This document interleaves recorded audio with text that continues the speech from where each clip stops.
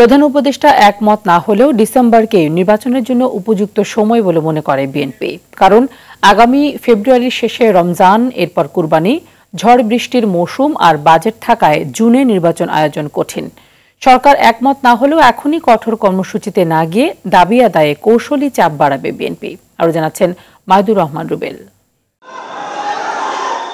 দুর্দান্ত প্রতাপে ১.৫ দশক ক্ষমতা আঁকড়ে থাকলেও গেল আগস্টে ছাত্র জনতার অভ্যুত্থানে তাসের ঘরের মতো ভেঙে পড়ে ফ্যাসিবাদের ক্ষমতার মসনদ। হাসিনা সরকারের পতনের পর থেকে যৌক্তিক সময়ে নির্বাচনের দাবি করে আসছে বিএনপি। জবাবে ডিসেম্বর থেকে জুনের মধ্যে নির্বাচনের কথা বলছে অন্তর্বর্তী সরকার। সুনির্দিষ্ট রোডম্যাপের দাবি নিয়ে প্রধান উপদেষ্টার সাথে আরেক দফা বৈঠক করে বিএনপি। সেখানেও রোডম্যাপ না পেয়ে অসন্তুষ্ট দলটি। আমরা একেবারেই সন্তুষ্ট নই। বিএনপির সিনিয়র যুগ্ম মহাসচিব রুহুল কবির রিজভী মনে করেন, ফ্যাসিবাদের সুরেই কথা বলছেন সরকারের কিছু উপদেষ্টা। জনগণ আমাদের 5 বছর চাই যদি কোনো উপদেষ্টা বলে থাকেন, তাহলে ফ্যাসিস্টদের কথার সাথে অন্তর্বর্তীকালীন সরকারের কথার তো কোনো পার্থক্য থাকবে না। জনগণ ভাববে এদের সুর এবং ফ্যাসিস্টদের সুর তো একই রকম। তো এটা কারো কাম্য নয়, জনগণ এটা কামনা করে না। শেখ হাসিনা এবং ফ্যাসিস্টদের কথার সুর, গলার সুর যদি আমাদের বর্তমান অন্তর্বর্তীকালীন সরকারের কোনো উপদেষ্টা বা সরকার ঘনিষ্ঠ কোনো লোকের মুখ থেকে যদি বেরোয়, তাহলে এটা দুর্ভাগ্যজনক, এটা অত্যন্ত দুঃখজনক। দলটির নীতি নির্ধারণী ফোরামের নেতা গয়েশ্বরচন্দ্র রায়ের মতে, সংস্কার ও নির্বাচনকে মুখোমুখি দাঁড় করিয়ে ফায়দা লুটতে চায় একটি স্বার্থান্বেষী মহল।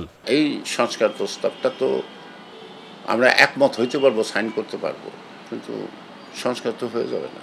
সংস্কারের মূল ফাউন্ডেশনটা হলো একটা নিরপেক্ষ নির্বাচন। এখানে গণতন্ত্র ভার্সেস সংস্কার এই শব্দটা কিন্তু প্রযোজ্য না, কারণ গণতন্ত্রের সাথে সংস্কারের ঝগড়া নাই। এই কঠিন কাজটা যদি ওনারা সহজভাবে করতে পারে, তাহলে ইতিহাসের পাতায় তারা নাম লেখা থাকবে। এই নেতা বলেন, নির্বাচন নিয়ে গণ আন্দোলনের পক্ষের রাজনৈতিক দলগুলোর অবস্থানে ফাটল দেখা দিলে তা হবে দুর্ভাগ্যের। সংস্কার তো জনগণের জন্য, সেই জনগণ মধ্যে যদি নির্বাচন নিয়ে সংশয়, সন্দেহ, আশঙ্কা থাকে, তো অটোমেটিক্যালি কিন্তু কোনো সংস্কারই সম্ভব হবে না। কেউ কেউ মনে করে যে আজীবনের জন্য দরকার কি অন্তর্বর্তীকালীন সরকার, মনে করতে পারে, কিন্তু সরকার করে কিনা সেটা আমাকে বুঝতে হবে। সংস্কার তো রাজনৈতিক দলরাও চায়, আবার কিছু বিশেষজ্ঞরাও চায়। রাজনীতিবিদদের সংস্কারের ধারাটা আর তাদের সংস্কারের ধারাটা সব ক্ষেত্রে এক হবে না। যেমন নির্বাচন কমিশন একটা দিচ্ছে,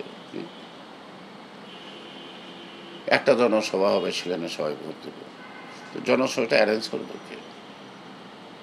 সেখানে কোন লোক আসবে, কারা আসবে, তাই না? একটা এলাকায় দেখা যাব যে 2000 ভোট পাইব, সে 50,000 লোকের সামনে বক্তৃতা দেব, আর যে 1 লক্ষ ভোট পাইব সেও ওখানে বক্তৃতা দেব, ঠিক কি না?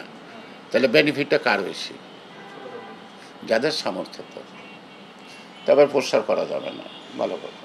প্রচার যদি না করে যায়, তো পিপুলস কী করে মার্কা বুঝবে, প্রার্থী বুঝবে? এর প্রক্রিয়াটা কি? আবার বলা হচ্ছে যে ভোটার যে স্লিপ আছে, সেই স্লিপটা প্রার্থীরা বন্টন করবে না, সরকার তার চৌকিদারটা বন্টন করবে। এটা একটা অবাস্তব কথা। একটা ইউনিয়নে কয়টা চৌকিদার থাকে? একটা ইউনিয়নে আমার কম থাকলে 500 কর্মী আছে, 500 কর্মীর পক্ষেই অসম্ভব হয়ে পড়ায় ঘরে ঘরে স্লিপটা পৌঁছাইতে। তো ওনারা 5টা 10টা চৌকিদার যাওয়ার পর থেকে ঘরে ঘরে পৌঁছে দিবে। এই যে ভাবনাগুলো, এই ভাবনাগুলির সাথে তো ও স্বাভাবিকভাবেই দ্বিমত হইতেই পারে নাকি? একমত পোষণ করছি, কোনো বিষয়ে বলছি, এটা আরও বিস্তারিত আলোচনার বিষয়, কিন্তু আমরা নাকচ করে দেব। 2-একটা বিষয় বলছি, এটা সম্ভব না, অবাস্তব, ঠিক আছে না? এখন যে সকল বিশেষজ্ঞরা যে প্রস্তাব দিচ্ছে, ওইটাই আমার মানতে হবে। তাহলে আমি রাজনীতি করি কেন?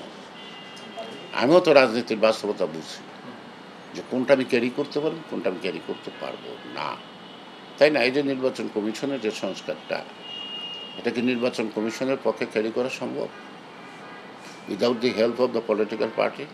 দেশের পরিস্থিতি বিবেচনায় অভ্যন্তর চিন্তা থেকে সরে এসে নির্বাচনের আয়োজন করবে সরকার, এমনটাই প্রত্যাশা বিএনপির। মাইদুর রহমান রুবেল, RTV, ঢাকা।